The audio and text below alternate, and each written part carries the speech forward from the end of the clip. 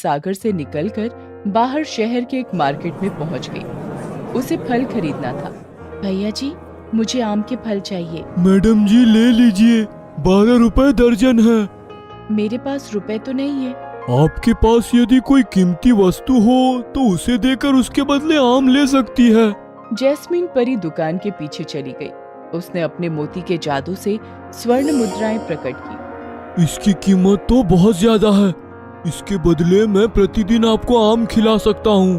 फल विक्रेता ने एक सोने का सिक्का लिया और उसके एवज में जलपरी को ढेर सारा आम और बहुत सारे रुपए दे दिए। इतने में 2 आम दुकान से गिरकर नीचे ढलान से लुढ़कते हुए कुछ दूर निकल गए। वहां एक नौजवान खड़ा था और उसने वो दोनों आम उठाए और लाकर फल विक्रेता को दे दिए। सेठ, ये लीजिए आपके 2 आम, नीचे गिरकर लुढ़क रहे थे। बहुत बहुत धन्यवाद भाई। जलपरी ये सब कुछ देख रही थी। उसने ध्यान से देखा कि उस नौजवान के चेहरे से गरीबी झलक रही थी। आपने आम लौटाकर बहुत अच्छा काम किया है।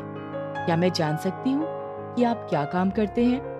मैं काम के ही तलाश में निकला था, लेकिन आज मेरी किस्मत ने मेरा साथ नहीं दिया। आपका नाम क्या है? रोमी। क्या तुमने खाना खाया? नहीं। मैं जानती हूँ तुम्हें भूख लगी होगी। वे दोनों आम जो तुमने फल विक्रेता को लौटा दिए, उन्हें खा भी सकते थे, मगर तुमने ऐसा नहीं किया। ये लो, आम खा लो। नहीं नहीं, ये आम आपके हैं, मैं इसे नहीं खा सकता। ईमानदार होने के साथ साथ खुददार भी हो, ये तो बड़ी अच्छी बात है। इतना कहकर जलपरी मार्केट में आगे बढ़ गई और रोमी अपने काम की तलाश में जुट गया। कुछ समय के बाद जलपरी समंदर के किनारे पहुंच गई। उसने देखा कि रोमी सर नीचे झुकाकर बैठा था। अरे रोमी, यहाँ अकेले बैठकर क्या कर रहे हो? हाँ जी, आज तो कोई काम ना मिल सका, इसलिए बैठा हूँ। जैस्मिन जलपरी ये भी जान गई कि रोमी ने अब तक कुछ भी नहीं खाया होगा और वो मुफ्त में आम भी नहीं लेगा। अब उसे रोमी पर बड़ी दया आ रही थी। रोमी, मैं तुम्हें काम दे रही हूँ और काम के बदले जाहिर है मेहनताना भी दूंगी। रोमी के मुरझाए हुए चेहरे पर चमक आ गई। बताइए देवी, मुझे क्या करना होगा? तुम्हें प्रतिदिन मुझे टापू से लेकर आना और फिर शाम तक वहाँ पहुँचाना होगा। मैं ये कैसे कर पाऊंगा? मेरे पास तो नाव भी नहीं है। मेरे पास नैया है पर खेवैया नहीं। तुम्हें खेवैया की भूमिका निभानी होगी। इस काम के लिए मैं तुम्हें रोज 2 स्वर्ण मुद्राएं दूंगी। ये तो बहुत ज्यादा है। चाहे तूफान आए या कोई भी मुसीबत आए, तुम्हें प्रतिदिन मेरा साथ निभाना होगा। इस काम के लिए ये मेहनताना ठीक रहेगा। हे देवी, मैं इस काम के लिए तैयार हूँ। रोमी, मेरे पेट में चूहे बहुत उछल कूद मचा रहे हैं। चलो पहले हम दोनों खाना खाते हैं। जलपरी और रोमी साथ में खाना खाने के लिए एक अच्छे होटल में चले गए। दोनों जब समुद्र के किनारे पहुंचे तो वहां जलपरी ने जादुई शक्ति से एक नाव प्रकट कर दी थी। रोमी ने जलपरी को नाव में बिठाकर टापू तक पहुंचा दिया। एक दिन रोमी जलपरी को टापू पर छोड़कर वापस आ रहा था, तभी समुद्र में एक बड़ा तूफान आ गया। अचानक नाव डूबी और उसके साथ साथ रोमी भी पानी में डूबने लगा। जादुई जलपरी ने पलटकर देखा, तब वो तुरंत समुद्र में कूद पड़ी। वो लहरों को चीरती हुई तेजी से रोमी की तरफ बढ़ गई और उसे लेकर टापू पर किनारे चली आई। जलपरी के जादू से रोमी को होश आ गया। नाव कहाँ चली गई? नाव दूसरी आ जाएगी। तुम्हारी जान की कीमत सबसे अधिक है। मैं तुम्हें किसी भी कीमत पर खोना नहीं चाहती। जलपरी बड़े प्यार से रोमी की आंखों में देख रही थी। रोमी का सिर जलपरी की गोद में था।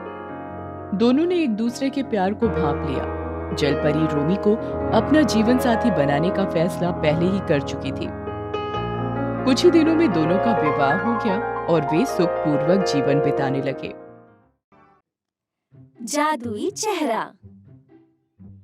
अमर और लक्ष्मी कॉलेज से लौटते वक्त एक गांव के चौक से गुजर रहे थे। अरे अमर, ये किशन दूध वाला जो है, उसकी 2 बीवियां थी क्या? मुझे कुछ खास पता नहीं है, लेकिन लोग कहते हैं कि उसको 2 बीवियां थी। ये जो अभी है ना, वो इतनी सुंदर नहीं थी। उसे किसी से वरदान मिला था, उसके बाद वो सुंदर बनी। मतलब ये तो बड़ी दिलचस्प कहानी होगी। लेकिन पूरी कहानी मुझे नहीं पता। लेकिन एक इंसान है जिसे पूरी कहानी पता होगी, चंपक बाबू। और फिर कहानी जानने की उत्सुकता की वजह से दोनों चंपक बापू के घर पहुंच जाते हैं। अरे आओ आओ बच्चों, आज इस बूढ़े की याद कैसे आई? दरअसल आपसे एक कहानी सुननी थी। कहानी? कैसी कहानी? बापूजी, दरअसल वो किशन वाले बीवी की कहानी। अच्छा वो, लेकिन वो तो बड़ी लंबी कहानी है। फिर भी हमें सुननी है और अभी सुननी है।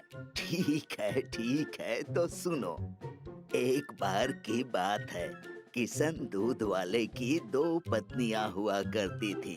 उसकी जो पहली पत्नी थी वो समय के साथ बदसूरत दिखने लगी थी। तब किशन ने एक सुंदर लड़की के साथ शादी करके दूसरी पत्नी ले आया। उसकी बड़ी पत्नी का नाम था नैना और छोटी पत्नी थी सुनैना। पहले तो सब ठीक ठाक चलता रहा, लेकिन एक समय ऐसा आया कि सुनैना को अपनी सुंदरता पर बड़ा गर्व होने लगा। वो दिन ब दिन घमंडी और बदतमीज बनती गई। और फिर एक रात। अरे सुनैना, क्या कर रही हो? जी, आपने मुझे बुलाया? तुम्हें नहीं, मैंने सुनैना को आवाज लगाई थी। सुनैना अपने बाल संवार रही है। आप मुझे बताइए ना, क्या काम है, मैं कर देती हूँ। अरे वाह वाह, मुझे जरा सी आने में देर क्या हो गई, तुमने तो मेरी बुराई ही शुरू कर दी। ना सुनैना, मैं तुम्हारी बुराई नहीं कर रही थी। हाँ, मैं काम छोड़कर बाल संवार रही थी। ये बुराई नहीं तो और क्या है? देखो सुनैना, तुम्हें कोई गलतफहमी हो रही है। हाँ, मैं बेवकूफ हूँ जो मुझे गलतफहमी होगी। तुम दोनों अपना झगड़ा बंद करो और नैना, जाकर मेरे लिए दूध लेकर आना। अरे मेरी प्यारी बीवी, तुम क्यों उसके मुंह लगती हो? जाने दो ना। अब मेरी बात ध्यान से सुनो। कल सुबह मैं काम से शहर जा रहा हूँ, रात को लौट आऊंगा। बस जाते समय मैं उस मनहूस नैना की शक्ल नहीं देखना चाहता। तुम उसे काम में उलझाए रखना। शहर से मेरे लिए नई साड़ी और गहने जरूर लाना। और कुछ चाहिए क्या तुम्हें? आप सिर्फ सही सलामत आ जाइए, यही मेरे लिए बहुत है।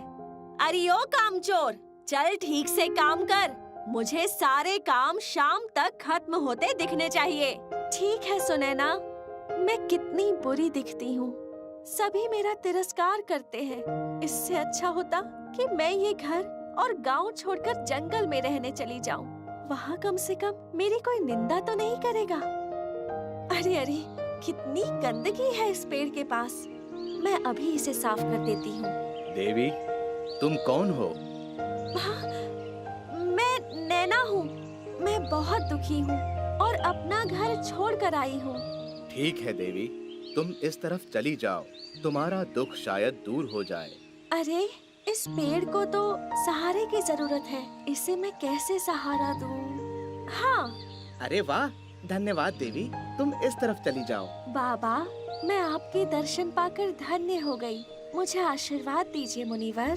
पुत्री, तुम्हारे दुख का कारण मैं जानता हूँ और मैं ये भी जानता हूँ कि तुम्हारा दिल बहुत साफ है। जाओ, पास के तालाब में एक डुबकी लगाकर वापस आओ। जो आज्ञा मुनिवर। अरे वाह, ये तो चमत्कार ही हो गया। मुनिवर, आपका बहुत बहुत धन्यवाद। आपने तो मेरे सारे कष्ट ही दूर कर दिए। यहाँ तक कोई नहीं पहुँच सकता जो जंगल में आकर बिना किसी स्वार्थ के अच्छे काम करता है। उसे ही ये पेड़ पौधे मेरे यहाँ का रास्ता बताते हैं। अब वापस जाओ और खुशी से अपनी जिंदगी जियो। मुझे जंगल में एक बाबा जी मिले। उन्होंने मुझे तालाब में डुबकी लगाने के लिए कहा और मैं सुंदर बन गई। अब मैं उस बाबा को ढूंढकर तालाब में डुबकी लगाकर और सुंदर बन जाऊंगी। अरे कितनी गंदगी है इस पेड़ के पास। इतना गंदा और भद्दा पेड़ तो मैंने आज तक नहीं देखा। देवी, क्या तुम ये गंदगी साफ करने में मेरी मदद करोगी? छी, मैं क्या तुम्हें सफाई करने वाली लगती हूँ? मैं तो उन बाबा को ढूंढ रही हूँ जो तालाब में डुबकी लगवाकर खूबसूरत बनवाते हैं। अच्छा, तो वो बाबा तुम्हें इस और मिलेंगे। तुम तो टेढ़े मेढ़े हो गए हो। अरे हंसो मत, मेरी मदद कर दो। कोई लकड़ी लेके मुझे सहारा दे दो। अरे जाओ जाओ, मैं अपना वक्त क्यों बर्बाद करूं? मैं तो उन बाबा को ढूंढ रही हूँ जो तालाब में डुबकी लगवा कर खूबसूरत बनवाते हैं। अच्छा, तो वो बाबा तुम्हें उस तरफ मिलेंगे। मैं आपके दर्शन पाकर धन्य हो गई। जल्दी